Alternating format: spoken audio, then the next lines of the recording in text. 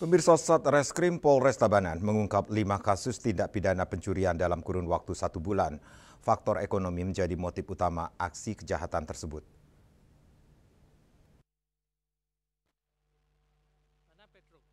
Kasat Reskrim Polres Tabanan AKP Teddy Satria Permana menyampaikan kasus pertama menjerat kakak alias K, 49 tahun asal Seririt Buleleng yang mencuri sepeda motor Yamaha Force One milik warga Desa Sulanya. Pelaku memanfaatkan kelalaian korban yang meninggalkan kunci motor. Kasus kedua melibatkan DPA alias DP 27 tahun, warga Sukesade Buleleng, yang membobol rumah kosong milik warga saat ditinggal ke Denpasar. Pelaku menggondol perhiasan emas, uang tunai, dan tabungan dalam celengan hingga total kerugian 10,8 juta rupiah.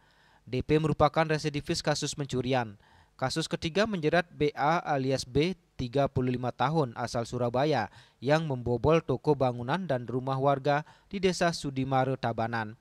Pelaku mencuri uang tunai 5,2 juta rupiah, barang berharga hingga sepatu dan tas merek terkenal. Total kerugian korban mencapai 7,7 juta rupiah.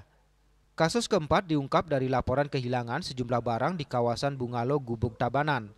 Pelaku APM alias AP 25 tahun asal Bondowoso, Jawa Timur mengambil oven, tabung gas, hingga dispenser dengan cara memanjat tembok dan masuk ke dapur.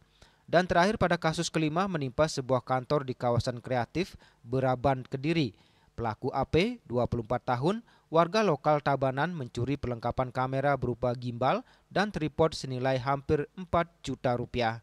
Kita mengamankan satu orang tersangka atas nama inisial KK sebagai pelaku tindak pidana pencurian sepeda motor. Caranya, modus operandi yang dilakukan oleh tersangka inisial KK ini dengan cara motornya, di dalam motor itu sudah ada kunci yang nyantol. Jadi melihat kesempatan itu, kakak langsung ambil motor itu. AKP Teddy Satria Permana menghimbau masyarakat agar meningkatkan kewaspadaan, terutama saat meninggalkan rumah atau kendaraan. Raiswantara, Bali TV.